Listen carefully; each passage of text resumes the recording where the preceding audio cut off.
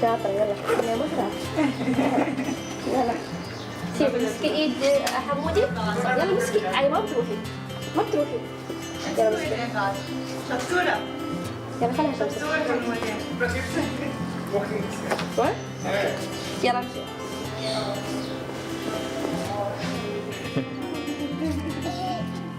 منو هذا؟ مهرة مواليد 2008 شهر 11 يوم 26 ولدت فيها طبيعي الحمد لله في مدينة كلباء في المستشفى الحمد لله هي ما فيها شيء بخير بعد 4 شهور تغير لونها مهرة منو اكتشف هالشيء جدها كنا مسافرين أنا وأبوها للهند للعلاج وبعد ما ردينا قالوا والله بدلتوها مهرة بدلتوها يعني مو بهاي مهرة متو وبعدين وديتها للعيادة الخاصة قالوا أنتم حاملين ثلاسيميا شو حاملين ثلاسيميا أنا ما أعرف شو حاملين ثلاسيميا أنا وزوجي يعني وين هون بالمطبخ؟ بعدين قال هي مصابة ونروح طواري مستشفى الوصل اللي في دبي اللي الحين مسماه مستشفى لطيفة الكيماوي الإمناعية توضع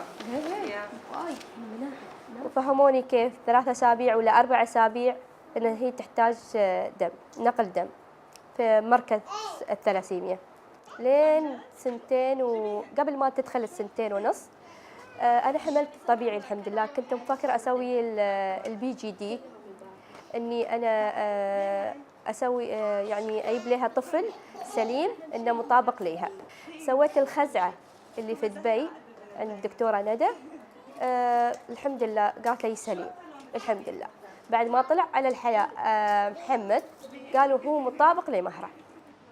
Before the placenta was regarding as a waste.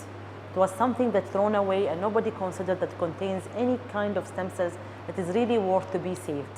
So nowadays, I mean, before like 20 years, they found that this placenta contains wonderful stem cells, very powerful, unique stem cells that are able to replace the damaged cells and produce new cells. So inside the lab, we are using volume reduction system that we are separating out of this blood, the cord blood, only the stem cells that is available in the blood. So these stem cells get saved and preserved if their quantity and quality of them are in meeting the criteria of the international criteria. Like for example, they have to be very good in terms of the viability, they are viable cells, they have to have a very good amount of nucleated cells, and they have to be in a good volume. If these factors all met in one unit, then the unit will be accepted and freezed under minus 196 in the liquid nitrogen tanks.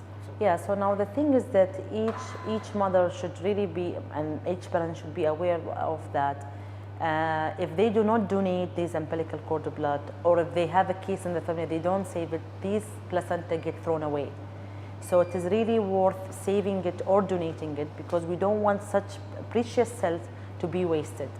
So the idea is that these stem cells, they are unspecialized cells and they are self-renewal cell and very unique. They are very powerful, they can treat more than 80 diseases, and they know how to migrate in the body, how to move and go and replace the damaged cells and make new cells.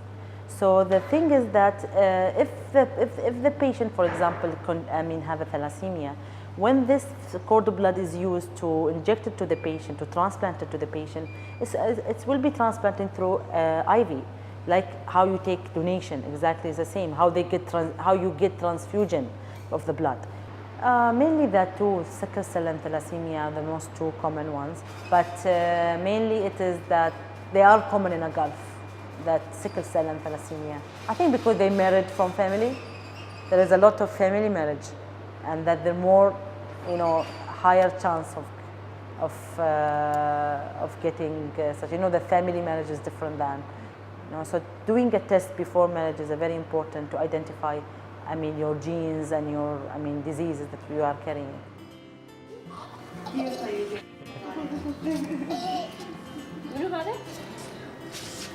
مين؟ هلا اخوك صغير.